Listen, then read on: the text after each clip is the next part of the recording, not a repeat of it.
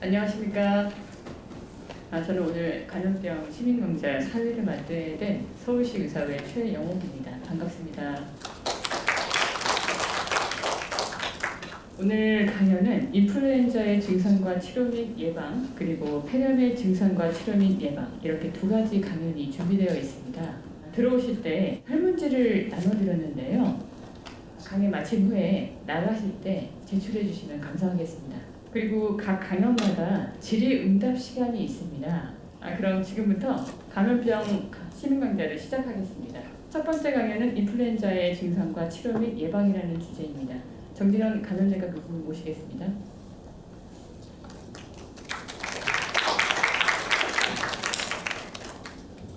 네, 안녕하십니까. 소개받은 중앙대학교병원 감염내과 정진원입니다. 오늘 말씀드릴 내용은 요즘 아마 오늘 뉴스에서도 보셨을지 모르겠지만 지금 독감이 어린이 학생들 사이에서 많이 유행을 하고 있고, 그러면 곧 성인들도 지금 종종 나오는데, 저희가 이제 겨울철에 특히 이슈가 되는 독감과 인플루엔자와 폐렴에 대해서 오늘 얘기를 해보도록 하겠습니다. 제가 맡은 파트는 인플루엔자인데요. 독감이란 어떤 것이고 어떤 증상이 생기고 어떻게 치료를 하고 또 예방으로 어떤 예방접종을 맞을 수 있는지에 대해서 말씀을 드리도록 하겠습니다. 흔히 이제 인플루엔자, 독감이라고 얘기를 하는 것은 무슨 병이냐? 독감 바이러스, 즉 인플루엔자 바이러스라는 바이러스가 우리 호흡기계로 들어와서 감염을 일으키는 병이라고 할 수 있겠습니다. 이렇게 돌기를 닿는 동그란 구형 모양의 인플루엔자 바이러스가 우리가 흡입하는 이런 호흡기를 통해서 몸 안으로 들어와서 인플루엔자를 일으킬 수 있습니다. 이런 인플루엔자 바이러스가 들어오면 어떤 증상이 발생할 수 있느냐? 보통 바이러스가 들어와서 증상이 생기기까지 잠복기라고 얘기를 하는데요. 이러한 잠복기가 짧게는 하루, 길게는 4, 5일까지도 생길 수가 있는데, 일반적으로 한 이틀 정도의 잠복기를 거쳐서, 그러니까 독감에 걸린 사람과 만나서 같이 밥을 먹고 친밀하게 접촉을 하고 나서 2, 3일이 지나면 같은 증상이 나올 수가 있습니다. 대부분의 증상은 그냥 감기 증상하고 거의 똑같습니다. 그래서 갑작스럽게 발열이나 오한이 생길 수 있고요. 기침, 맑은 콧물, 또 인후통, 두통, 근육통. 일반적인 이제 감기보다는 조금 두통이나 근육통, 이런 게 열과 함께 더 전신 증상이 조금 더 심한 것으로 되어 있지만 거의 비슷합니다. 비슷은 하지만 항상 얘기를 하는 건 감기보다는 훨씬 심한 증상을 낳다. 환자분께서 감기 중에 가장 아팠다라고 얘기를 할 때가 있으신데요. 그때는 아마도 진단을 안 받았어도 그게 그냥 일반 감기보다는 독감이었을 가능성이 매우 높죠. 얘기를 들어보면. 그래서 이러한 증상들은 비슷하지만 그 정도가 일반 감기보다는 심하다고 알고 계시면 되겠습니다. 이러한 증상으로부터 독감으로 얼마나 있어야 증상이 없어지느냐? 사람에 따라 조금씩 차이는 있지만 보통 완전히 회복하려면 2주 이상, 생각을 이제 아주 건강하고 젊은 사람을 제외한다면 보통 1주 이상, 1주에서 2주 정도가 걸리게 됩니다.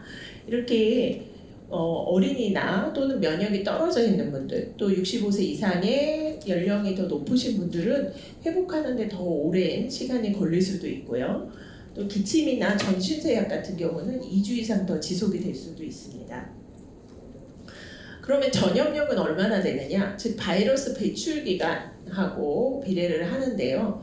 전염력이라고 한다면 보통 이제 바이러스가 이 기침을 하거나 재채기를 할 때 나오는 배출 기간을 볼 때 보통 증상이 생기기 하루나 이틀 전부터 배출을 하기 시작을 합니다. 그리고 증상이 생기고 나서 보통 3일 정도까지 피크를 이루면서 배출량이 많아지고 그 뒤로 감소하면서 보통 일주일 정도가 경과하면 바이러스 배출이 없어지고 전염력이 없어지기 때문에 우리가 일반적으로 학교나 회사에 독감 걸렸다 그러면 한 일주일 정도 쉬었다가 나오라고 얘기를 하는데 그 이유가 즉 바이러스 회복되는 시간도 필요하지만 바이러스가 배출시켜서 다른 사람한테 감염시킬 수 있는 걸 막기 위해서 그 정도의 시간이 필요하다고 알 수 있겠습니다.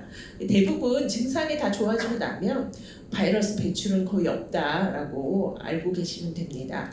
네, 예외가 있는데요. 특히 면역 억제제를 복용하고 있는 면역 저하 환자라든지 아니면 항암 치료를 하고 있는 환자들, 그리고 특히 소아 같은 경우는 바이러스 배출이 우리가 알고 있는 일반적인 기관보다 훨씬 더 길게 바이러스를 배출하는 경우들도 종종 있기 때문에 특히 다 회복이 됐다 하더라도 기침을 계속하거나 이럴 때에는 우리가 마스크를 착용한다든지 이런 호흡기 에티켓을 좀 지켜주는 것이 좋겠습니다. 이러한 증상이나 이제 바이러스 배출에 대해서 조금 이렇게 표로 보시면 하나 표로 만들어 봤는데 보면 증상이 생기기 전 -2일, 하루에서 이틀 전부터 빨간색으로 표시해 놓은 게 이제 감염력이 있는 바이러스가 배출되는 기간을 얘기하는데요. 그때부터 남한테 감염을 시킬 수가 있고, 그리고 일주일 정도가 지나면 증상들도 대부분 많이 호전이 되는데 이런 마른 기침 같은 경우는 더 2주까지도 오래 갈 수가 있습니다.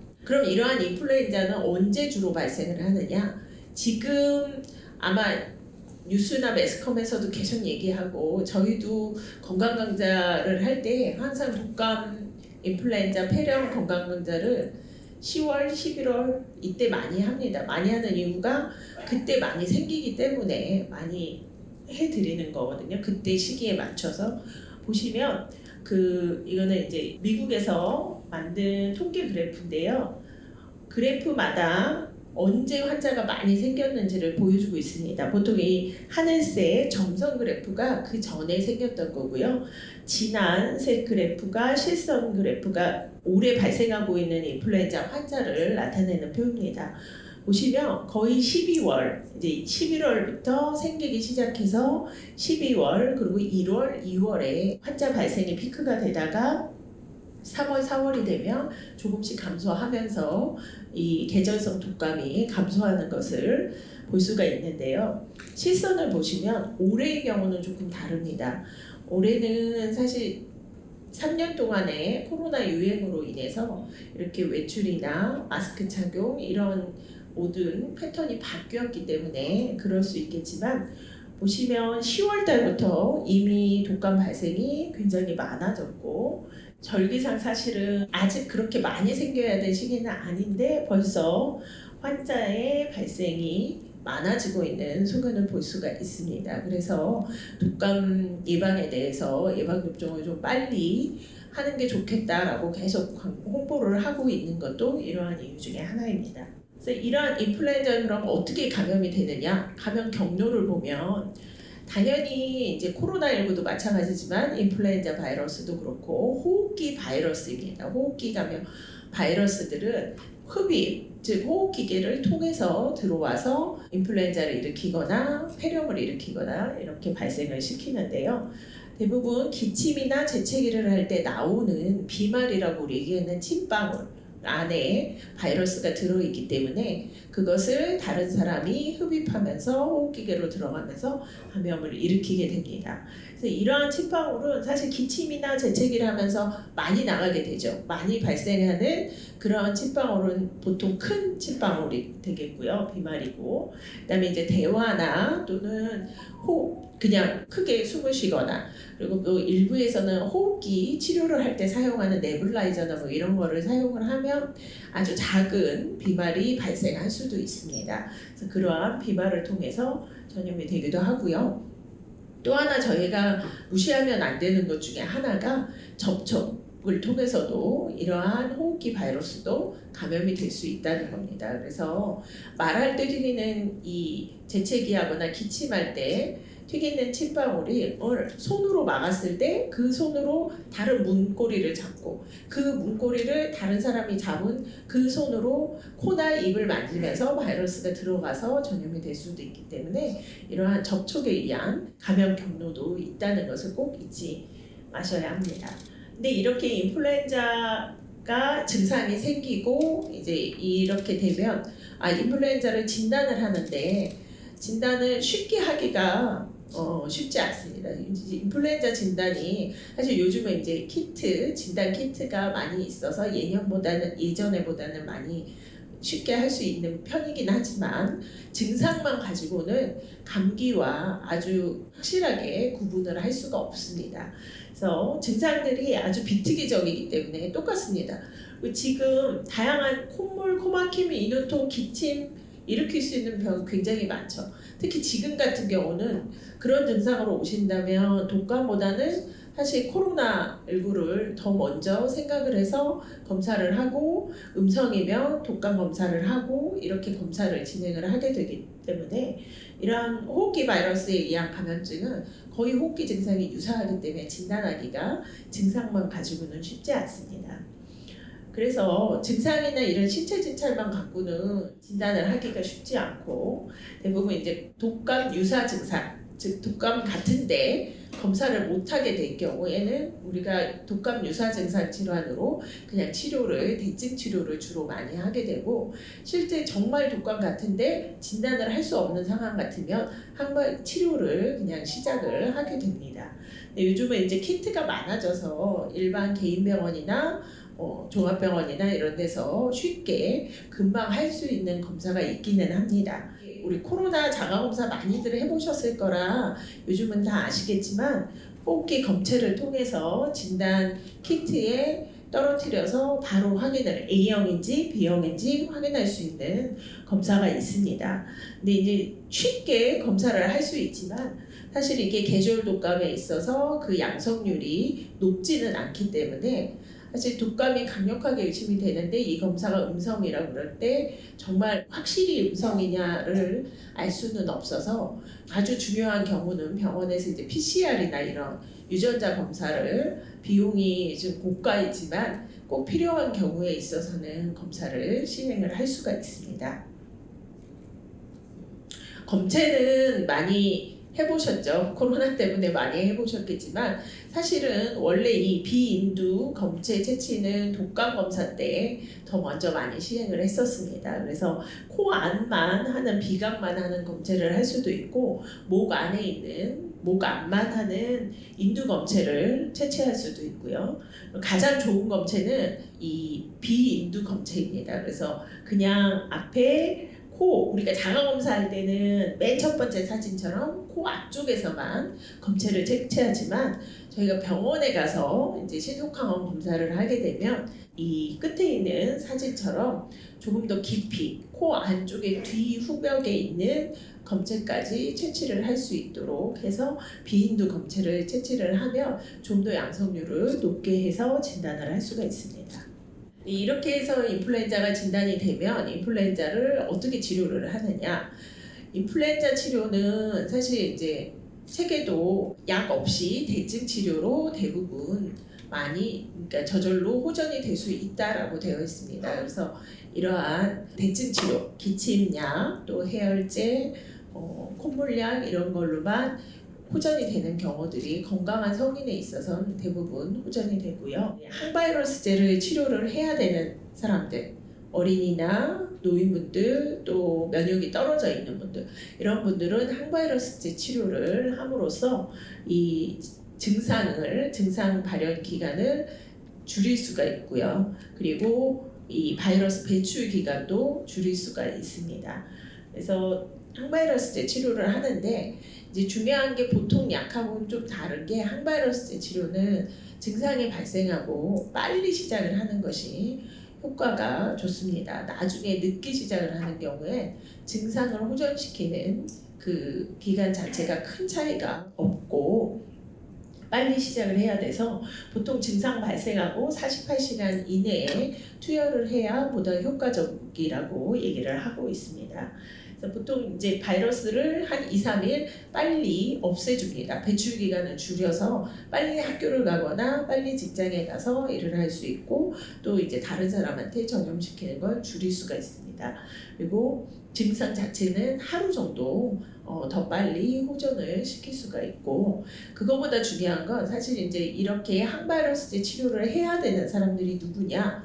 보통은 면역이 떨어져 있고 합병증 발생이 높은 사람들을 말합니다. 그래서 합병증의 발생을 감소시킬 수 있기 때문에 항바이러스제 치료가 필요를 합니다. 그러면 이런 인플루엔자의 합병증은 어떤 것이 있느냐?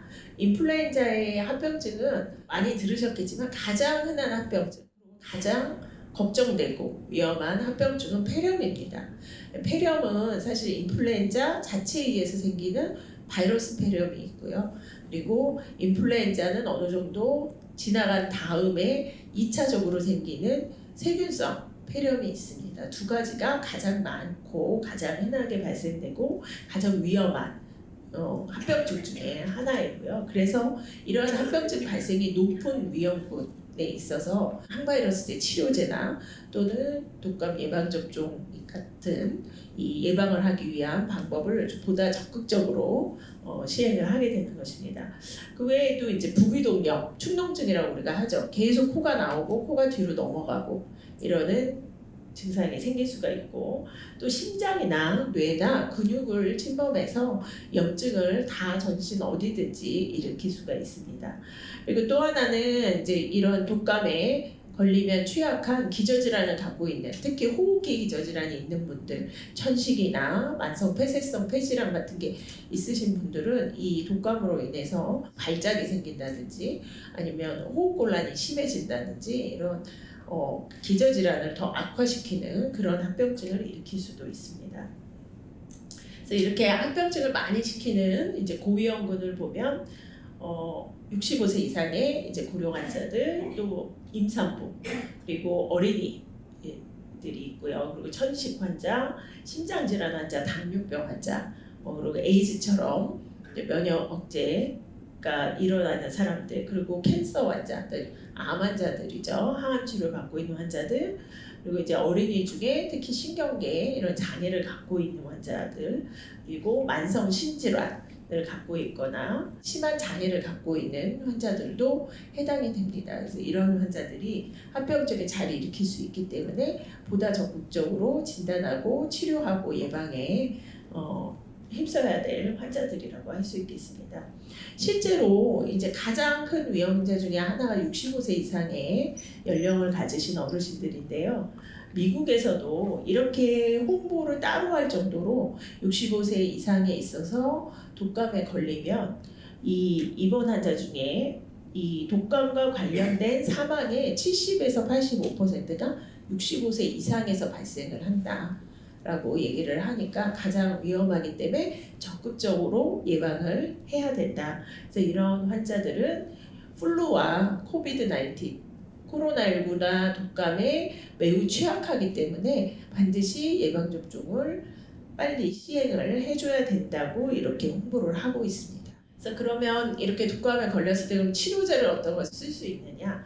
이제 독감에 만약에 걸리면 치료제를 이제 치료약을 처방을 해줄 때 흔히 이제 여쭤봅니다.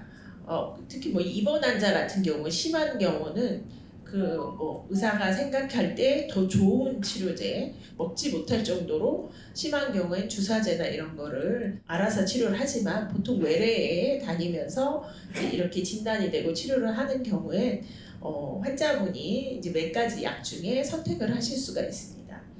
먹는 치료제, 첫 번째로 먹는 치료제를 말씀을 드리면 경구로 투여하는 우리가 외래에서 다니면서 먹을 수 있는 치료제, 복용할 수 있는 경구 약제를 보면 잘 아시는 타미플루, 타미플루가 가장 고전적이고 오래된 항바이러스제로 있습니다. 그래서 하루에 2번씩 5일 동안 복용을 하게 되어 있습니다. 치료를 하게 되어 있고 증상이 좋아지더라도 5일을 다 치료를 드셔야 됩니다.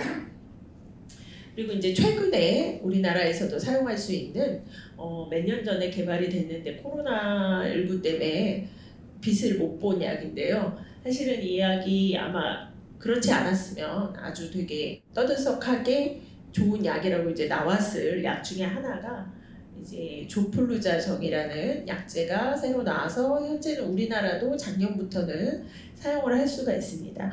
이 약은 좋은 점은 하루에 한 번 드시고 그냥 한 번이 끝입니다. 그래서 이 타미플루 5번 먹는 거하고 똑같이 한 번만 복용할 수 있는 1회 치료제입니다. 그리고 바이러스 배출을 줄이고 격리 기간을 짧게 할 수 있는 약이라 굉장히 좋은데요.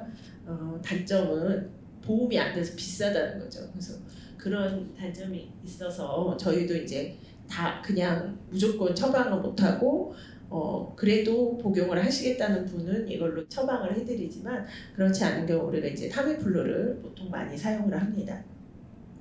그 외에 흡입해서 사용할 수 있는 항바이러스제가 있습니다. 천식이나 이런 치료제에 사용하는 것처럼 흡입제로 되어 있어서 이렇게 안으로 흡입을 하면서 폐 안으로 흡입하는 약제가 있는데요. 우리나라 사람들은 사실은 흡입용 제제를 별로 많이 좋아하지 않습니다. 그래서 사용량이 적어서 지금은 아마 처방을 해도 약을 구하기가 어려울 것 같고요. 그래서 거의 사용을 안 하고 그 다음에 많이 쓰는 약제가 응급실에 아마 많이 오시면 많이 쓰는 것 중에 하나가 주사제입니다. 그래서 페라미플루라는 주사제를 독감 치료제로 많이 사용을 하고 한번 주사를 맞아서 사용을 할 수가 있습니다.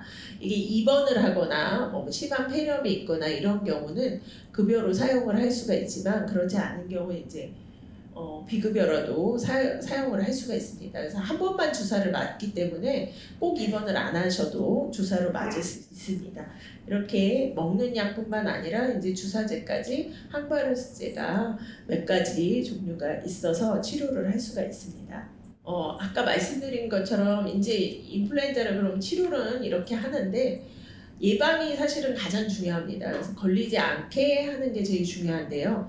이 앞에 코로나 바이러스도 그렇지만 그때 많이들 이제 정보가 나가서 사실 지식적인 측면에서 일반인들도 많이 알고 계시지만 이 독감 바이러스도 마찬가지입니다. 인플루엔자도 일반적인 이런 표면에 오랫동안 살아남아서 이걸로 2차 감염을 일으킬 수가 있습니다. 어느 정도로 살 수 있느냐?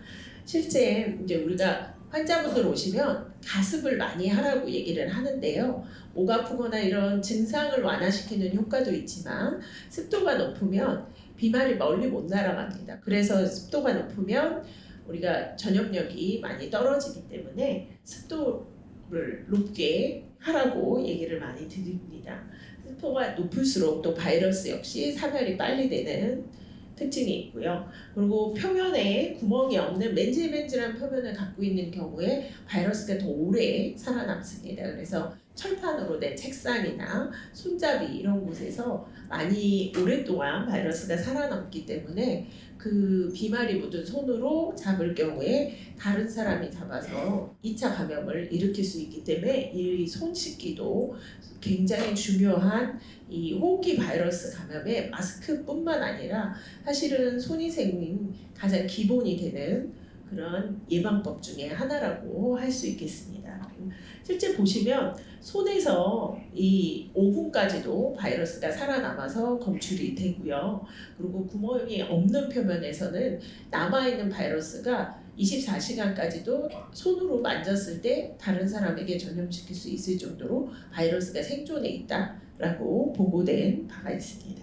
그렇지만 이런 인플루엔자 바이러스가 다른 바이러스도 그렇지만 열이나 그리고 이런 소독제, 멸균 소독제 같은 경우에는 잘 죽기 때문에 사실 이제 포르말린이나 우리 집에서 많이 쓰는 유한낙스나 이런 걸로는 금방 사멸할 수 있습니다. 그래서 그런 표면을 오염이 많이 되었다면 잘 닦아주시고 사용을 하시면 되겠습니다. 이제 제일 중요한 예방법 중에 하나는 사실 예방접종이죠. 그래서 이제 백신에 대해서 좀 말씀을 드리겠습니다.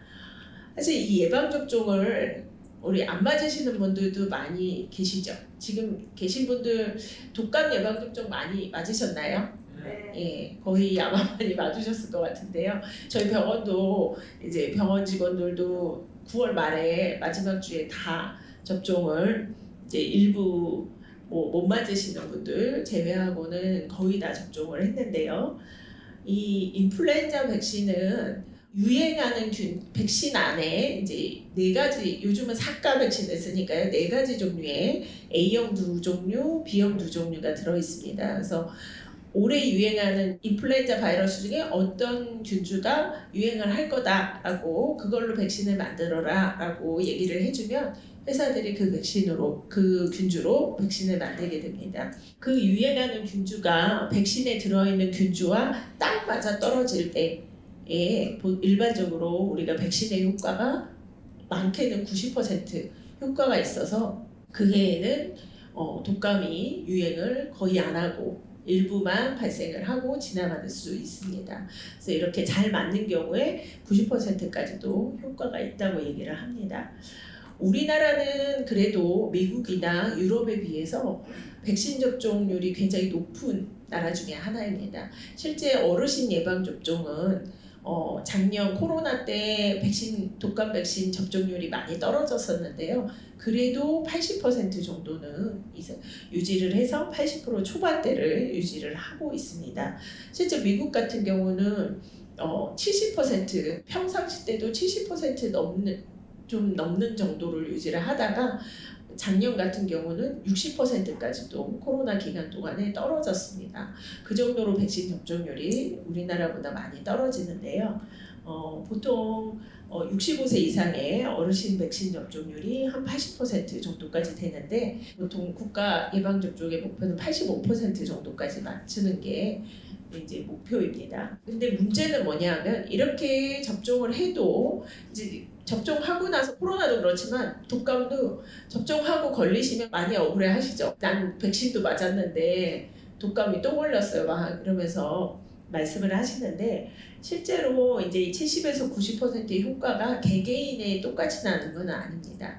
특히 이제 연령이 증가되면 백신을 맞았을 때 생기는 항체의 효과가 떨어지게 됩니다. 그래서 반응이 떨어지기 때문에 일반적으로 건강한 사람에 대해서 그런 사람하고 비교해서 65세 이상에서는 40에서 많아야 80% 정도의 그러니까 보통 한 건강한 성인의 한 50-60% 정도의 효과가 있다라고 생각하시면 되겠습니다. 그래서 예방 효과도 많게는 뭐 58% 정도지만 적게는 한 30%까지도 떨어진다라고 보시면 되겠습니다. 그래서 이러한 이제 낮은 면역 원성. 근데 실제 65세 이상이 굉장히 고위험군이고 백신은 접종을 꼭 해야 되는 그런 대상이기 때문에 이러한 대상들에게 백신의 효과를 좀 더 높일 수 있는 백신을 만드는 게 지금 백신 회사들이 계속 연구하고 있는 부분이고 그렇게 연구를 하면서 이제 면역 원성을 더 높인 그런 고면역 원성 백신들이 개발되어서 사용을 할 수가 있습니다. 미국에서는 이미 이제 고면역 원성 백신을 65세 이상에서 권고를 하고 있었고 우리나라도 올해 이제 성인 예방 접종 가이드에서는 조금 고면역 원성 백신을 65세 이상은 맞추도록 권고안을 내고 있습니다.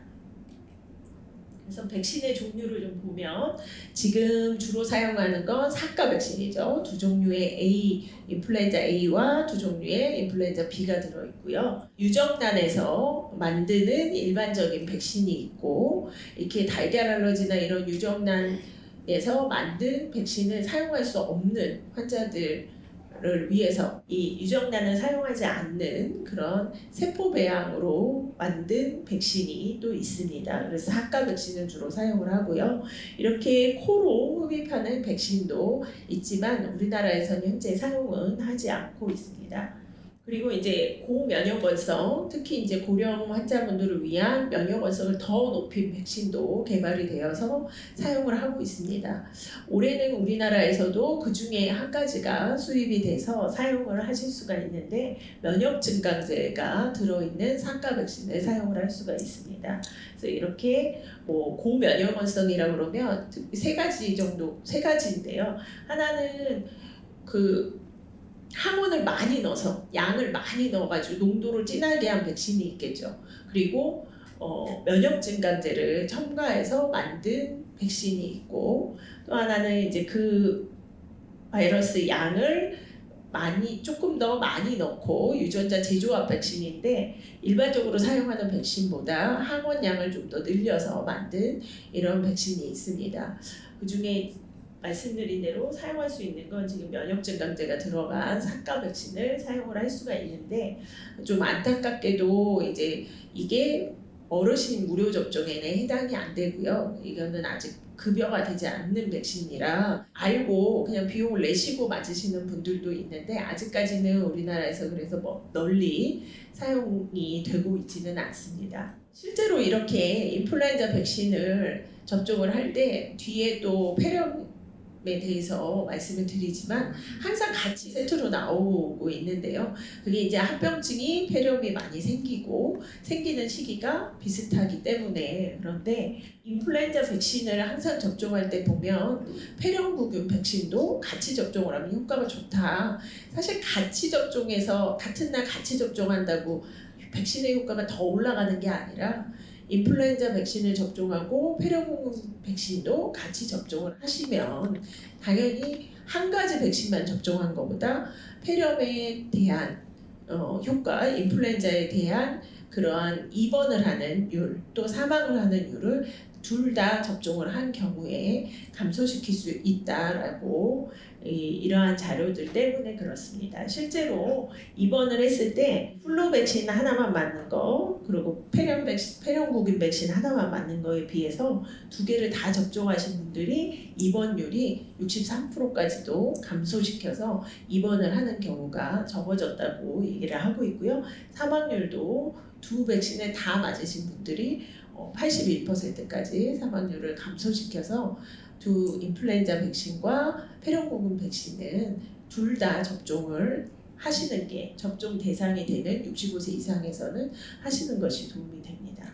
그래서 이제 우리나라 예방접종 가이드에 보면 인플루엔자 같은 경우에 19세부터 65세 이상까지 보시면 다 권고를 하고 있습니다. 사실 이게 65세 이상이라고만 맞는 것이 아니라 모든 분들한테 다 접종을 권고를 하고 있고 당연히 합병증의 고위험군인 연령이나 아니면 기저질환을 갖고 있으신 분들은 꼭 접종을 하셔야 되고 합병증이 많기 때문에 그 접종 대상 중에 무료 접종 대상이 된다고 보시면 되겠습니다. 그래서 오늘 준비한 내용은 이게 끝이고요. 저희가 이제 이 독감 예방접종뿐만 아니라 폐렴구균 예방접종뿐만 아니라 이제 성인이 돼서도 여러 가지 예방접종이 같이 필요를 하기 때문에 이렇게 예방접종에 대해서 필요하신 경우 우리가 이제 기저질환 있으신 분들은 많이 와서 상담을 하시는데 이렇게 접종을 상담하고 나에게 필요한 예방접종을 접종하실 수가 있겠습니다. 네, 이상으로 마치도록 하겠습니다. 네, 그래도 말씀 감사합니다. 네, 질문 있으신 분은 손을 들어주시면 마이크 드리겠습니다. 네, 좋은 강의를 해주셔서 감사합니다. 수고 많이 하셨고요. 지금 합병증에서 폐렴이 별로 증상도 없는데 검사했더니 폐렴이 생겼단 말이죠. 그랬을 경우에 또 폐렴 말고 암으로도 좀 발생할 수가 있는지 좀 궁금한 사항입니다. 이게 인플루엔자의 합병증 중에 암으로 발생하는 합병증은 없습니다. 그리고 폐렴이 이제 사진을 찍었는데 폐렴이 있다. 그럼 보통 우리가 항생제 치료를 하고요. 그리고 그래도 반응이 없이 계속 병변이 똑같다. 그러면 이제 암을 의심할 수가 있는데 그거는 합병증이라기보다는 폐암 중에 폐렴처럼 나타나는 암의 종류가 있습니다. 폐렴하고 정말 똑같이 나타나는 경우가 있기 때문에 이제 그런 경우를 감별해야 되기 때문에 항생제 치료를 어느 정도 했는데 이게 똑같이 병변이 하나도 좋아지지 않고 똑같다. 그러면 저희가 이제 더 정밀 검사, CT를 찍고 기관지 내시경을 하거나 뭐 이렇게 암에 대해 검사를 진행을 하게 됩니다. 이게 폐렴이 오래됐다고 암으로 가지는 않고요. 네, 다음 분 앞에 계시는 분, 예. 코로나하고 일반 감기하고 독감하고 차이점이 좀 애매해가지고. 네, 말씀드렸는데 차이점이 없습니다. 정말 죄송하게도 저희도 이제 일반 감기는 조금 경하고요. 보면 얘기를 들어보면 조금 환자분도 이제 보통 일반 감기로 병원에 잘 안 오시죠. 저희는 이제 병원에 오는 환자들을 보면 굉장히 아프고 막 열 나고 뭐 근육통이 있고 막 아프셔서 오시는 경우가 많아서 보면 사실 코로나19와 독감을 그 증상만 갖고는 감별하는 게 거의 어렵고요. 거의 이제 감기 정도는 사실 저희 직원들 같은 경우 이제 병원이 접근하기가 쉬우니까 감기로도 오는데 이렇게 보면 이분은 그냥 감기 같다. 증상이 정말 경한 경우가 많고요. 코로나랑 그 독감은 사실 증상만 갖고는 구별하기가 어렵습니다. 네. 그러니까 지금 무슨 병이 유행을 하느냐에 따라서 어떤 검사를 먼저 할 건가를 결정하는 게 더 지금은 많이 사용을 하고 있습니다. 네, 교수님 강의 잘 들었습니다. 제가 궁금한 게 있는데 제가 지난주에 A형 독감에 걸렸습니다. 그래서 지금은 다 낫긴 했는데 독감에 걸렸다가 나은 사람도 백신을 맞아야 되는지 궁금합니다. 네, 많이 질문하시는데요. 지난주에 이제 A형 독감에 걸리셨어도 지금 독감 예방 접종을 맞으시는 것을 추천을 합니다. 이제 여러 가지를 고려를 하는데요. 독감에 걸리기 쉬운 이제 그런 분이거나 아니면 독감에 걸리면 저희처럼 의료진이거나 어린이집에서 근무를 하거나 이런 분들은 그래도 접종을 하셔야 됩니다. 그 이유는 독감은 말씀드린 것처럼 독감 예방 접종에는 한 가지 지금 유행하고 있는 A형 중에도 어떤 타입이 있죠. 그 타입뿐만 아니라 다른 독감 타입이 같이 들어있기 때문에 실제로 이제 봄에 유행할 때는 B형 독감이 되게 많이 봄에는 유행을 합니다. A형이 먼저 유행하고 2차적으로 B형이 유행을 하는 것이 흔한 코스이기 때문에 그래도 예방접종을 해주시는 것이 좋습니다. 네, 마지막 저기 뒷줄에 계신 분. 네. 우리가 그 독감 예방 주사를 맞았잖아요.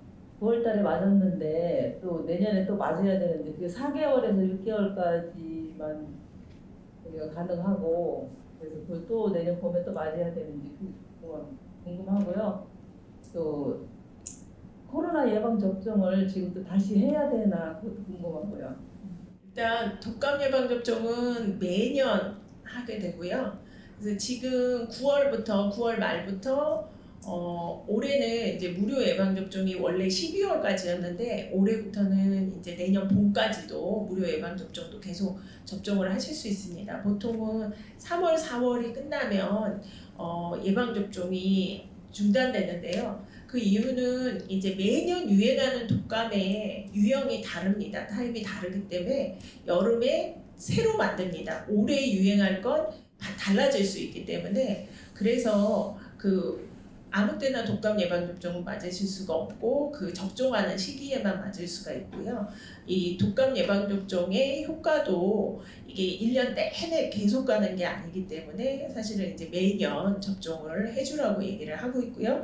독감 예방 접종을 그래서 처음 맞는 아이들 이제 아이가 처음 6개월 이상 지나서 독감 예방 접종을 처음 맞게 될 때 보통 2번을 맞습니다.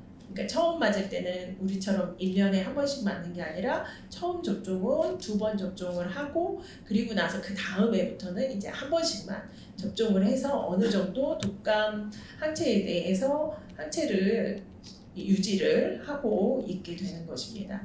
그래서 코로나 백신도 지금 이제 접종을 하라고 10월 19일부터 코로나19 예방접종이 요즘 유행하는 주에 대해서 다시 접종을 시작을 했는데요. 독감하고 비슷하게 이제 유행이 갈 거라고 예상을 하고 있기 때문에 이제 권고를 드리는 건데 이게 코로나 바이러스도 계속 변이를 일으키면서 독감하고 유사하게 이렇게 계절성으로 바뀌게 된다면 비슷한 증상 그리고 비슷한 합병증 이런 걸 계속 발생시킬 수 있기 때문에 고위험군 환자분들한테는 저는 적극적으로 이제 접종을 최근에 걸리신 적이 없다면 보통은 3개월 내에 걸린 적이 없다면 면역성이 떨어지기 때문에 접종을 권고드리고 있습니다. 세 번째 강의 질의응답 시간 마치겠습니다. 교수님 감사합니다. 그럼 지금부터 두 번째 강연을 시작하겠습니다. 두 번째 강연은 폐렴의 증상과 치료 및 예방이라는 주제입니다. 삼성서울병원 감염내과 조선영 교수님 모시겠습니다. 네. 안녕하세요. 삼성서울병원 감염내과 조선영입니다. 저는 오늘 폐렴에 대해서 말씀드리도록 하겠습니다. 먼저 저희가 이제 뭔가를 이제 들을 때는 우리가 이걸 통해서 뭘 얻어가야겠다, 뭘 알아야겠다라고 먼저 생각을 하고 들어보시면 더 도움이 될 것 같은데, 그래서 제가 몇 가지 정리해봤는데요. 우리가 폐렴 이야기를 참 많이 합니다. 저도 이제 진료 보다 보면은 결국은 다 죽을 때 폐렴으로 죽는 거 아니냐 이렇게 환자분들이 많이 말씀하세요. 그래서 폐렴이 정말 우리가 이렇게 관심을 가질 만큼 중요한 원인인지 사실인지 좀 따져봐야 될 것 같고요. 어떤 사람이 폐렴에 잘 걸리냐, 어떤 사람이 폐렴에 걸리면 위험한 건가 더 잘 예방을 해야 될 테니까요. 그거 알면 좋겠고, 폐렴의 가장 흔한 원인은 뭐냐, 그 원인을 알아야지 예방을 하겠죠. 그 다음에 폐렴을 예방하기 위해서 어떻게 해야 할까요? 예방접종 아까 많이 알고 계시는 것 같아요. 되게 많은데 그 둘 다 해야 되는지 하나만 해도 되는지 이제 그런 거 좀 알아가셨으면 좋겠습니다. 일단 통계청 2021년 사망 원인인데 보시면은 당연히 암이 제일 많습니다. 암이 제일 당연히 많겠죠. 사망 원인 중에. 두 번째는 심장질환으로 많이 사망을 하십니다. 그 예전에는 뇌혈관 질환, 보통 말하는 뇌졸중, 이제 중풍이라고 많이 말씀하시는데 이걸로 많이 돌아가셨는데 어느 순간부터 수년 전부터 폐렴이 3위를 차지하게 됐습니다. 그래서 명실공히 그냥 국내 사망 원인 3위 암, 그 다음에 심장질환, 그 다음에 폐렴이 뇌혈관 질환을 제치고 3위가 됐습니다. 근데 또 중요한 것은 암 환자들은 폐렴이 잘 걸립니다. 또 심장질환이 있는 분들은 폐렴에 걸리면 굉장히 치명적입니다. 그래서 여기 나와 있는 대부분의 사망 원인을 갖고 있는 사람들의 기저질환이 다 또 폐렴의 고위험군이 되기 때문에 어쩌면 이분들은 암으로 돌아가셨다고 하지만 사실은 알고 보면 폐렴으로 돌아가셨을 수도 있습니다. 이제 이거를 연령별로 보면은 딱 생각해 보시면은 계속 아까부터 65세 이상이 많이 나옵니다. 그래서 여기 계시는 분들 중에 65세가 뭔 죄냐 이렇게 생각하실 수도 있고, 저도 진료 보다 보면은 10년 전에 65세랑 지금 65세, 70세는 완전히 외모적으로 달라요. 누가 믿겠냐 싶을 정도의 어떤 활력과 외모를 가지고 계신 분들이 많은데, 그럼에도 불구하고 여전히 많은 감염병에서는 65세부터를 고위험군으로 판단을 하고 있습니다. 외모는 젊어졌을지 모르지만 면역력은 65세부터 현저히 떨어진다고 보고 있는 건데요. 보시면은 일단은 이제 40세부터 암으로 사망하시는 경우가 올라가게 되고요. 그 다음에 이제 60세부터 본격적으로 심장질환, 뇌혈관 질환 같은 것들이 생깁니다. 주변에 보면은 40대, 50대 되시는 분들도 심장질환으로 갑자기 심장마비 일어났다 이런 분들도 있잖아요. 중풍 왔다 이런 것도 좀 빨라지고 있고, 오히려 이제 폐렴은 본격적으로 65세 이상, 70세 이상일 때 대부분을 차지하게 됩니다. 이제 폐렴의 원인은 참 많은데 그 많은 원인 중에 가장 주된 게 원인 하나를 꼽아라 하면 폐렴구균이라고 하는 거고, 이 폐렴구균은 이름이 폐렴이지 사실은 폐렴도 일으킬 수 있고 중이염도 일으킬 수 있고 폐혈증도 일으킬 수 있고 머리로 감염시키는 수막염도 일으킬 수 있고 아주 다양합니다. 근데 보시면은 사망률이 꽤 높은 편인데 특히 65세 이상으로 넘어가게 되면은 똑같은 폐렴구균에 감염이 됐어도 사망할 수 있는 가능성이 더 올라간다 이렇게 생각하시면 되겠습니다. 이제 폐렴이 뭐냐 잘 생각해 보시면은 결국 우리는 살아가기 위해서는 산소가 있어야 되고, 우리가 살아갈 때 많은 에너지를 쓰면 이산화탄소라는 게 생기니까 그 노폐물이죠. 산소는 받아들이고 이산화탄소 같은 노폐물은 빠져나가는 게 원활하게 돼야 되는데 결국은 그게 다 폐에서 이루어집니다. 폐의 모습을 보면은 맨 밑에 이렇게 꽈리같이 생긴 모양이 바로 여기까지 공기가 와서 순환이 일어나는 건데 아주 얇은 막으로 이루어져 있거든요. 폐렴이라고 하는 거는 폐의 말단, 가장 마지막에서 우리가 이제 힘껏 들이마신 산소가 이제 우리 몸에 있는 이제 각 조직으로 내보내야 되겠죠. 그 공기하고 우리 몸을 왔다 갔다 하는 그 피가 만나는 딱 거기서 교환이 돼야 되는데 거기가 이렇게 찐득찐득한 가리로 차 있다고 하면은 순환이 될 수가 없죠. 교환이 이루어질 수가 없기 때문에 폐렴이 생기면 저산소증, 즉 산소가 부족한 게 생기게 되는 거고, 그러면서 이제 환자가 안 좋아질 수가 있는 겁니다. 근데 우리 몸은 결국에는 공기만 들이마시는 게 아니죠. 공기에 딸려있는 많은 매연, 미세먼지, 각종 나쁜 세균성 물질, 화학물질 다 받아들이고 미생물도 받아들이는데 우리는 방어 기제가 있습니다. 대표적으로 코털이라든지, 그 다음에 또 대표적인 게 우리는 결국 음식물이 넘어가는 곳이나 숨을 쉬는 곳은 입구는 똑같아요. 코, 입 다 똑같죠. 근데 마지막에 보면은 결국에는 우리가 이제 먹는 음식이 기도로 들어가지 못하도록 막는 장치가 있는데 그 장치가 이제 뭐 무슨 자물쇠 같은 게 아니란 말이죠. 약간의 뭐 근육 조직, 연골 조직 이런 거기 때문에 나이가 드시거나 혹은 이제 뭐 중풍이 한번 왔다던가 이러면은 그쪽이 근육이 많이 약화되세요. 그러면서 잘 닿지를 못하는 거죠. 그러다 보면은 음식물이 조금씩 기도로 넘어가고 되고, 그래서 그게 이제 흡인성 폐렴이라고 해가지고 나이가 드실수록 흡인성 폐렴, 특히 식사하실 때 조금씩 살이 들리시는 분들은 이 흡인성 폐렴의 가능성이 굉장히 높습니다. 또 한 가지는 이제 보면 기관지, 아까 말씀하시는 많은 흡입제들이 이 기관지 쪽으로 많이 작용을 하는 건데, 이 기관지에 보면 많은 점막들이 있고, 그래서 이제 필터를 해주는 거죠. 그렇게 해서 우리 폐 안쪽으로 들어가지 못하도록. 그 다음에 가장 결정적인 거는 기침을 해주셔야 된다는 거죠. 기침을 해서 노폐물을 빼줘야 되는데, 상당수 많은 분들이 나중에 기력이 떨어지고 나이가 드시게 되면은 아무리 폐렴에 대해서 좋은 항생제를 써도 결국에는 안 좋아지시는데, 그게 뱉어내지 못하시는 거예요. 그럼 이제 어떻게 해야 되느냐? 뭐 간호사들이 옆에서 보호자분들이 뭐 석션 같은 거 해가지고 뽑아내고 주거나 하지만 결국 효과적인 방법은 안 되는 거죠. 그래서 결국에는 이렇기 때문에 나이가 드시면서 폐렴이 잘 생길 수 있다, 이렇게 알고 계시면 되겠습니다. 아까도 이제 흡인이라는 거에 대해 말씀을 드렸는데, 뭐 크게 뭐 굳이 또 음식물이 막 넘어가가지고 되지는 않더라도 우리는 정상적인 젊은 사람들도 흡인이 잘 생겨요. 가끔 뭐 연예인 중에서도 흡인성 폐렴이 생겼다 이렇게 기사가 뜨는데, 우리 목이나 뭐 이런 데는 여전히 많은 미생물들이 있습니다. 이게 조금씩 넘어가는 거예요, 폐로. 이제 그러면서 폐렴이 생길 수 있는데, 그 사람의 면역 상태에 얼만큼 넘어갔는지, 그리고 그 미생물이 독한 건지 안 독한 건지 그런 거에 따라서 폐렴이 생길 수도 있고 생기지 않을 수도 있습니다. 그래서 흡인성 폐렴에 대해서 제가 간단히 말씀을 드리면은, 폐렴 중에서도 일부는 흡인성 폐렴인데, 이게 뭐냐면은 구강에 있는 구강 분비물이나 위에 있는 내용물이 이물질과 균이 함께 기도로 넘어가는 거예요. 그래서 식사 중에 콜록콜록 하시는 분들이 생기죠. 나중에 나이가 드시면 그런 분들이 조금씩 계속 살이 들리면서 넘어가고 있는 거예요. 그래서 그런 분들이 흡인성 폐렴이 잘 생기는데, 특히 어떤 분들이 위험하냐? 치매 걸리신 분들, 그다음에 예전에 머리 다치신 분들, 또는 뭐 경련을 하거나 특히 술 많이 드셔갖고 알코올 중독, 이제 술 취해서 누워 계시는 분들, 이제 잘 토하면서 흡인이 일어날 수 있고요. 또 삼킴을 잘 못하시는 분들이 있어요. 음식이 잘 안 넘어가는 거죠. 그런 분들도 위험할 수 있습니다. 그런데 이 흡인성 폐렴은 일반 폐렴보다 사망률이 훨씬 높기 때문에 이런 흡인성 폐렴은 굉장히 조심을 해야 됩니다.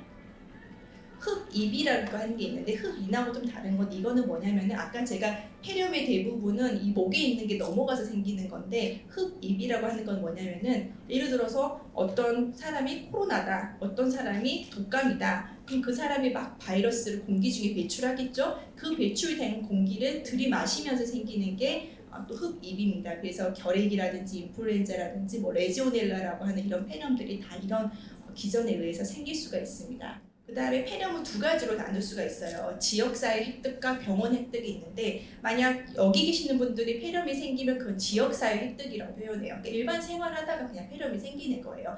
병원 획득은 뭐냐면은 그냥 병원에 입원한 거예요. 암 수술하러 입원하고 항암 치료하러 입원했는데 갑자기 폐렴이 생겨서 많은 분들이 걸어 들어갔다가 누워 나온다 이렇게 말씀하시는 게 병원에서 폐렴이 획득이 되는 거죠. 이 두 개로 나눌 수가 있는데, 병원 획득은 우리가 그냥 쉽게 생각해도 뭐 요양원에서 폐렴이 생기거나 병원에서 폐렴이 생기면 훨씬 치료하기가 힘듭니다. 그 이유는 균 자체가 바뀌어요. 병원에는 워낙에 몸 약한 분들이 많고 항생제 쓰시는 분들이 많기 때문에 병원에 입원해서 2, 3일 지나는 순간 그 환자가 가지고 있는 항생제 균이 바뀌어요. 그래서 이제 항생제 내성균이 발생하기 때문에 치료도 참 안 되고, 또 기본적으로 몸이 약하시니까 또 치료가 안 되고, 그래서 병원에서 폐렴을 얻게 되면 참 치료가 힘들다 아시면 되고, 지역사회 획득 폐렴은 제가 빨간색으로 계속 강조하고 있는 게 많은 원인이 있어요. 정말 많은 원인이 있는데 폐렴 구균이 대표적이다. 인플루엔자 걸려도 폐렴 걸릴 수 있고, 예전에 코로나 걸려가지고 폐렴으로 돌아가신 분들이 많았죠. 그래서 지역사회 획득 폐렴은 저와 같다 이렇게 생각하시면 됩니다.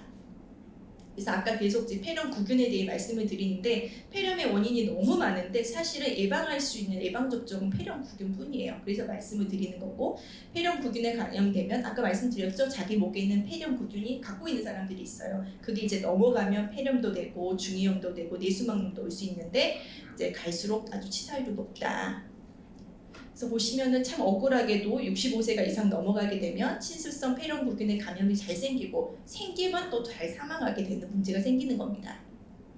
또 기저질환에 따른 발생률이 달라요. 예를 들어서 65세가 아니라 하더라도 나 지금 50세인데 당뇨가 있어. 나 50세인데 아까 말씀하신 COPD 그런 폐질환이 있어. 이런 분들은 폐렴에 조금 더 취약할 수밖에 없어요. 그래서 건강하신 분들도 나이가 드시면 자연스럽게 폐렴 발생이 높아가는데 거기에다 플러스 심장이 안 좋다, 당뇨가 있다, 폐가 안 좋다, 혹은 뭐 간이 안 좋다, 콩팥이 안 좋다, 뭐 투석하신다 이러면은 점점 발생률이 올라가는 거고 이런 분들은 65세가 되기 전에도 폐렴 예방 접종을 하시는 게 좀 필요합니다. 그래서 폐렴을 생기면 어떤 증상이 생기냐고 생각했을 때 폐에 이렇게 염증 고름이죠. 그런 게 꽉 차 있으니까 우리가 가장 생각할 때는 당연히 열이 날 것 같고 막 우리가 생각하는 감기 증상하고 비슷해요. 막 추울 것 같고 온몸이 막 쑤시고 몸살이라고 표현을 하시죠. 그 다음에 당연히 기침도 하고 누런 가위가 생기겠죠. 근데 이렇게 되면 다 이제 진단을 할 수 있는데 의외로 나이 드신 분들이 감염이 되면은 열이 잘 안 나세요. 우리 어린애들 보면은 조금만 감기 걸려도 열 39도, 38도 이러잖아요. 근데 한번 생각해 보세요. 최근에 열 39도 이상 나보신 적 있으세요? 감기 걸려도 나이가 드시면 열이 38도, 39도 이상으로 안 나요. 아주 심한 폐렴이 생겨도 미열 정도의 경우가 되게 많거든요. 그래서 열이 안 난다고 해서 폐렴이 아니다라고 생각하면 안 되고 또 한 가지는 그냥 나이 드신 분들은 나 너 좀 기력이 너무 빨리 떨어진다. 식사를 못 하겠다. 혹은 의식이 떨어져서 오시는 분들은 상당히 많아요. 그래서 집에 계시는 어르신들이 뭐 기력이 떨어진다. 의식이 좀 안 좋아지는 것 같다. 그럼 병원에 모시고 와서 한번 쭉 검사를 해보시는 게 필요합니다. 이제 어떻게 생각하면 근데 폐렴인지 감기인지 어떻게 하냐. 결국에는 기간 차이예요. 폐렴하고 감기는 초기에는 증상이 똑같기 때문에 한 2, 3일 있다가 아프고 말면 끝이에요. 그냥 감기인데 폐렴은 절대 2, 3일만 가지 않거든요. 2, 3일 이후에도 계속 점점점 심해진다. 그럼 폐렴 의심을 해봐야 되고 폐렴을 의심했을 때 할 수 있는 일은 쉽죠. 우리나라는 병원에 가기 쉬우니까 병원에 가서 엑스레이 한 번만 찍어보면 폐렴인지 아닌지는 알 수가 있습니다. 그래서 보시면은 정상적인 폐예요. 딱 보시면은 좀 가운데 하얀 건 뭐냐? 심장이죠. 양 옆에 있는 게 폐인데 폐는 원래 공기가 들어가 있으면 저렇게 까맣게 보이는 게 예쁜 폐입니다. 그런데 조금씩 폐렴이 생기고 있어요. 엑스레이로만은 다 알 수는 없습니다. 왜냐하면 가운데 심장 같은 게 딱 버티고 있기 때문에 심장 뒤에 있는 폐에 폐렴이 생기면 알 수가 없거든요. 근데 시간이 지나면 이런 식으로 뭔가 하얀 것이 불길하게 이렇게 스멀스멀 올라오고 있죠. 벌써 딱 이런 식으로 폐가 바뀌어버리면은 여기서 호전되기는 상당히 어려우세요. 그러다가 보면은 우리가 이게 동그라미 하나 보이시죠? 갑자기 저게 바로 이제 우리가 보고 말하는 목에 구멍 뚫었다라고 하는 왜냐면 숨을 못 쉬니까 밖에서 이제 기관 삭감 같은 걸 하고 이제 구멍을 뚫어서 숨을 쉬게 하는 거죠. 이렇게 되시는 거죠.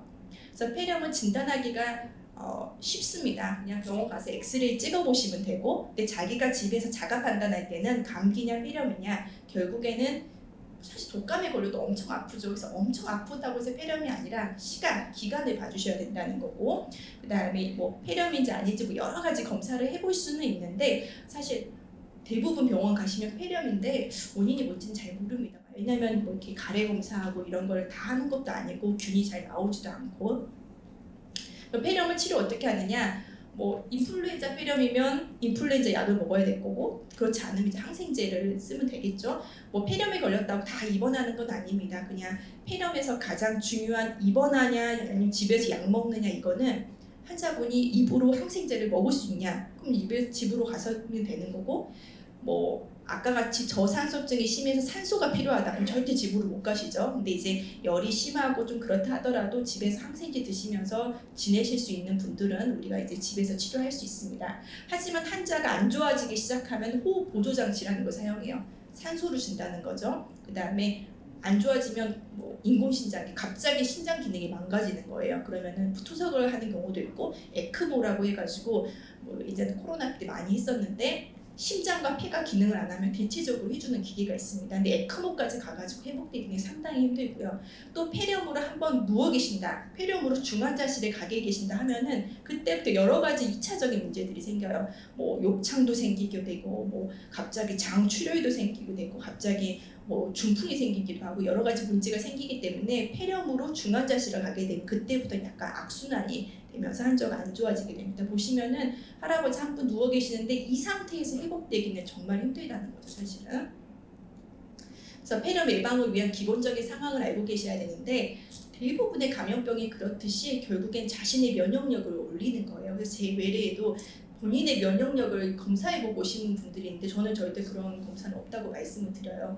보시면 폐렴 예방을 위한 기본적인 상황은 뭐 규칙적인 생활하고 스트레스 막는 거고 충분히 휴식하고 수면하는 거고 그다음 유산소 운동 잘 식사하시는 거고 온도 습도 굉장히 중요하죠. 이게 호흡기에 안 좋으니까 그다음에 건조하고 차가운 공기 매연 이런 거 다 조심하셔야 되는 거고요. 당연히 흡연 필요하셔야 됩니다. 저는 기본적으로 예방접종 폐렴 예방접종 하시는 분들한테 말하고 싶어요. 담배 끊으셨냐고. 담배 안 끊으시면서 폐렴 예방접종 하는 건 좀 앞뒤가 안 맞는 거거든요. 그다음에 감염 경로 차단 결국에는 다른 사람으로부터 옮을 수 있는 거예요. 그렇기 때문에 외출하고 나서 손 씻는다. 폐렴이 많이 돌 때는 웬만하면은 밖에 좀 안 나간다. 자기가 감기가 걸려 있으면 자기도 마스크를 쓰고 나간다든지. 또 중요한 거는 이런 바이러스들이 예를 들어서 어떤 사람이 우리 지금 선생님들한테 가가지고 눈앞에서 입 앞에서 막 애취해가지고 그 침이 막 내 눈하고 코하고 입으로 들어갈 확률은 거의 없어요. 결국은 본인 손에 있는 거를 다 자기가 만져서 걸리는 거거든요. 그래서 이런 폐렴 유행 시기에는 특히 눈, 코, 입 자기가 손으로 만지지 않는 거 굉장히 중요합니다. 자기도 모르게 막 코 만지고 눈 만지고 비비고 이렇게 하잖아요. 그 다음에 이제 중요한 게 예방접종인데 23가 예방접종이 있고 13가 예방접종이 있습니다.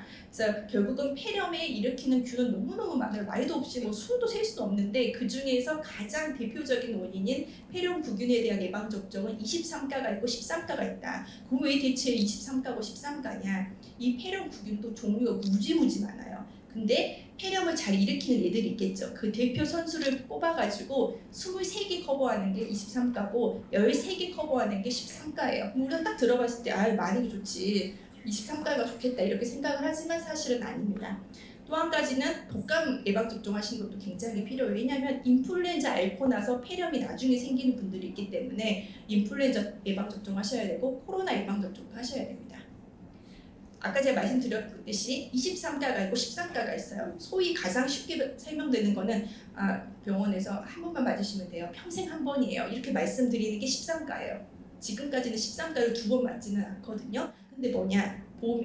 급여가 아닌 거죠. 이거는 정부에서 놔주는 게 아니에요. 비싼 가격, 보통 10만 원이 넘을 거예요. 비싼 가격인데 효과는 좋습니다. 23가는 대신에 65세가 되기 전에 맞을 때도 가격은 저렴한 편이에요. 제가 알기로는 수만 원일 거예요. 2, 3만 원 정도 될 텐데 근데 효과가 조금 떨어져요. 즉 23가는 이 서로 백신의 종류가 다르다 보니까 23개를 커버하긴 하는데 힘이 조금 약한 거 13가는 13개만 핵심적인 애들 커버하기는 하는데 힘이 세요. 대신에 조금 가격이 비싸요. 근데 이제 요즘은 미국에서는 15가도 나오고 다 나와서 앞으로 우리나라도 아마 들어올 거라고 생각이 들지만 이렇게 비싼 거는 정부에서 무료로 예방접종을 잘 안 해주거든요. 대상포진이 가장 대표적인 거잖아요. 그래서 아마도 13가가 국가 예방접종으로 들어오기 상당히 힘들 거예요. 그래서 좀 보시면은 그럼 나 23가 맞아야 돼, 13가 맞아야 돼. 솔직히 제일 쉬운 거는 가장 내가 우리나라 현실에서 우리나라에 있는 걸로 완벽하게 하고 싶으신 분은 2개 다 맞아야 됩니다.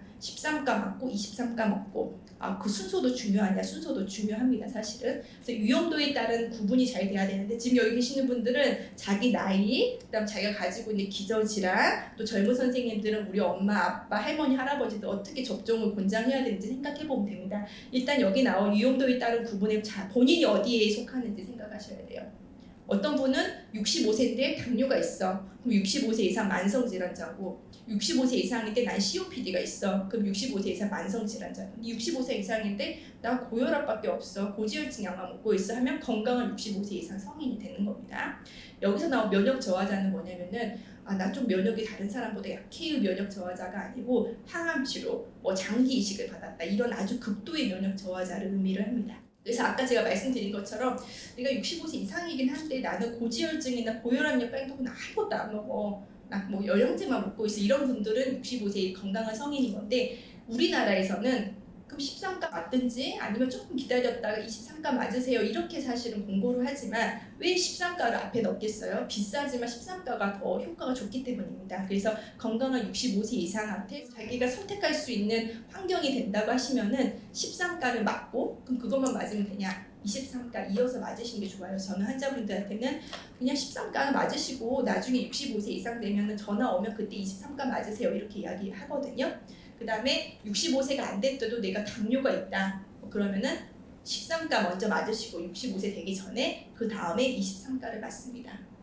그래서 근데 내가 뭐 65세 이상이고 만성 질환자인데 나 옛날에 23가 맞았는데 이제 그런 분들은 아까 이제 앞선 교수님이 설명해 주셨지만 13가는 한 번만 맞아요. 지금까지는 2번 맞으라고 공부하고 있지는 않거든요. 23가라고 해가지고 조금 더 저렴한 것들은 65세 이전에 맞은 사람은 5년 있다 한 번 더 맞으라고 하고요. 65세 이후에 맞았어. 국가에서 놔주는 거 공짜로 맞았어. 그러면 더 안 맞습니다.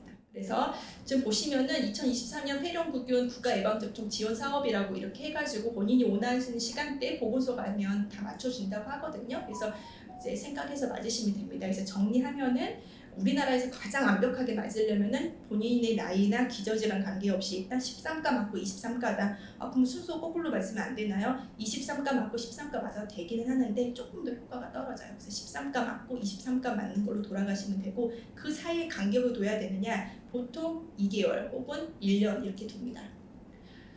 아마 질문 좀 해주실 것 같은데 제가 한번 뽑아봤어요. 자주 질문해 주시는 질문은 꼽아봤는데 폐렴에 걸리신 분들은 저한테 오셔가지고 이제 억울하다. 나는 폐렴 예방접종을 했는데 왜 나는 폐렴에 걸렸냐 이렇게 말씀을 하세요. 이제 이유를 다 아시겠죠? 폐렴 예방접종은 정확히 말하면 폐렴구균 예방접종이기 때문에 폐렴구균에 대해서는 커버할 수는 있어요. 커버할 수는 있지만 다른 원인이 아주 많기 때문에 다 커버는 안 됩니다. 그래서 예방접종 반드시 중요하지만 했다 하더라도 과신하면 안 되고 건강관리, 위생관리를 잘 하셔야 됩니다. 어떤 분들은 평소에는 폐렴 예방접종을 전혀 고려 안 하고 있다가 본인이 딱 폐렴이 생겼다라고 하면 나 이제 폐렴 생겼으니까 폐렴 예방접종을 하고 싶다 이제 이렇게 오시는 분들이 있어요. 당연히 한 번 폐렴에 걸렸다고 해서 2-3번 폐렴 안 걸리는 거 아니죠. 어떤 감염은 한 번 걸리면 면역력이 생겨서 다시는 안 걸리는 것들이 있어요. 대표적인 게 수두 같은 거죠. 하지만 폐렴은 한 번 걸린 사람은 또 생길 수 있어요. 그만큼 폐렴이 잘 생기는 그런 위험 요소를 가지고 있기 때문에 폐렴에 걸렸다 하더라도 폐렴 예방접종 당연히 해야 되는데 우리가 예방접종이라고 하는 거는 몸이 좋을 때 하셔야 돼요. 몸이 너무 아프고 뭐 힘든데 폐렴 예방접종을 하실 필요가 없거든요. 그래서 다만 회복된 다음에 하시면 됩니다. 폐렴은 옮기는 거냐? 어떤 분들이 남편이 폐렴인데 나 옮은 거 아니냐 이렇게 말씀을 하시는데 사실은 옮길 수 있는 거긴 하지만 잘 옮기지는 않아요. 근데 이제 잘 옮기는 폐렴 있죠. 코로나 폐렴, 인플루엔자 폐렴은 당연히 전파력이 높겠죠. 하지만 일반적인 뭐 폐렴구균 폐렴이다 이런 건 잘 옮지는 않습니다.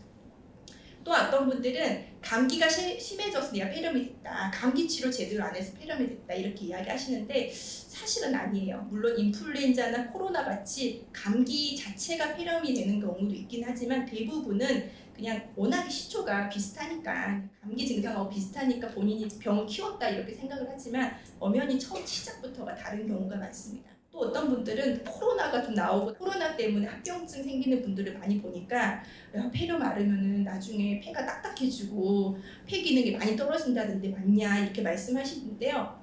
진짜 폐렴을 심하게 앓으면은 폐가 딱딱해져요. 저는 뭐에 비유를 많이 하냐면은 우리가 화상을 입으면 아주 경한 화상을 입으면 피부가 다 재생이 되죠. 하지만 심한 화상을 입으면은 피부가 돌아오지 않아요. 똑같아요. 폐도 염증을 가볍게 앓으면 다 돌아오지만 심하게 앓으면은 딱딱해집니다. 피부가 이 폐가 딱딱해지면 풍선이 딱딱해지는 거 똑같아요. 펴지지가 않기 때문에 기능을 못하는 거죠. 하지만 잘 치료되면 대부분 일상으로 회복이 가능합니다. 그 다음에 평생 한 번만 맞으면 된다는 폐렴 예방접종을 맞았다. 돈 많이 주고 10만 원 이상 주고 맞으신 분들은 다 이 13가를 맞으신 건데 갑자기 국가에서 또 전화가 오는 거예요. 폐렴 예방접종 놔준다고 맞아야 되느냐? 맞으시는 게 좋습니다. 13가 자기가 자비로 접종했다 한 다음에 23가 맞아야 되냐 안 맞아야 되느냐 둘과 맞는 게 지금은 베스트다 제일 좋은 거다 이렇게 말씀드리고 65세 이전이라도 하더라도 본인이 돈 내셔가지고 맞는 게 좋습니다. 이상으로 제 강의는 마치도록 하겠습니다. 질문 있으신 분 손 들어주시면 마이크 드리겠습니다.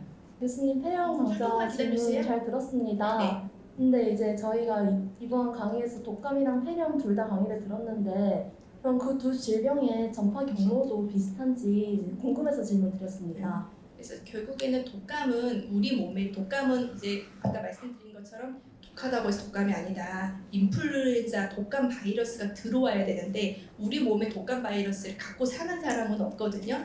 누군가 독감에 걸린 사람을 만나서 전파가 되는 거예요. 근데 이제 폐렴이라고 하는 건 조금 달라서 다른 사람한테 옮았다 이제 이런 것보다는 이제 어떤 경로를 통해 내 몸에 들어온 균들이 넘어가면서 생기는 거다. 그래서 기본적으로 독감은 일시적으로 유행 시기에 다른 사람으로부터, 그러니까 독감이 걸린 사람으로부터 혹은 그 환경에 노출이 돼서 생기는 거고, 폐렴은 사실 간단한 건 아니고 그런 접촉 플러스 뭐 면역력 여러 가지 것들이 좌우해서 생긴다. 그래서 조금 다르다. 그러니까 독감 솔직히 말해서 안 걸리려면 그냥 밖에 안 나가고 혼자 그냥 이렇게 있으면 안 걸릴 수 있지만 폐렴은 그래도 걸릴 수 있다. 이렇게 생각하시면 됩니다.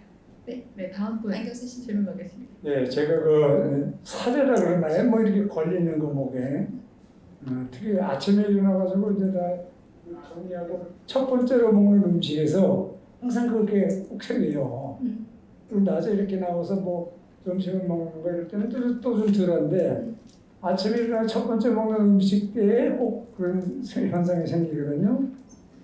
이게 뭐가 좋지는 않은 건데 그거를 예방하거나 뭐 치료하는 방법은 없습니까? 사실 이제 인터넷상에서 보면은 흡입성 폐렴을 예방하는 방법이 많이 나와 있어요. 먹는 자세도 나와 있고, 한마디로 이제 결국 여기 닦는 게 있으니까 조금 더 잘 닫히게 하는 뭐 자세도 있고 여러 가지가 있는데, 제가 봤을 때는 특별히 무슨 질환은 없는데 약간의 삼킴 장애가 있으신 것 같기는 하거든요. 근데 그게 뭐 그걸 단방에 치료할 수 있는 약은 그런 건 없고, 딱 그래도 아침 때만 좀 그러신 게 있으시면 아침 때는 첫 음식 드실 때 좀 잘 넘어가는 걸로 드시고 한꺼번에 드시지 않고 좀 그런 거 조심하시면 될 것 같아요. 항상 그러신 게 아니기 때문에. 그리고 아침에 일어나가지고 이제 그 양치질을 하려고 세면대에서 이렇게 자고 일어났으니까 이제 이 목속에 뭐 이물질도 좀 있고 해서 기침을 하고 이게 침을 뱉으면 항상 누르는 가래가 나와요. 이게 계속적으로 나오는 게 아니고 한 서너 번씩 그렇게 나와요. 매일 그러네요. 괜찮습니다. 원래 이제 모든 그런 가래나 이런 게 아침에 이제 그냥 계속 이제 주무시면서 생기고 생긴, 이제 정상적으로도 이제 가래는 생기는 거니까 계속 생겼던 것들이 나오는 것 뿐이니까요. 아침에 나오는 거는 크게 문제 안 돼요. 저도 나와요, 아침에. 감사합니다. 감사합니다. 네, 질의응답 마치겠습니다. 교수님 감사합니다. 네. 이것으로 감염병 시민 강좌를 마치겠습니다. 권성현 교수 감사합니다.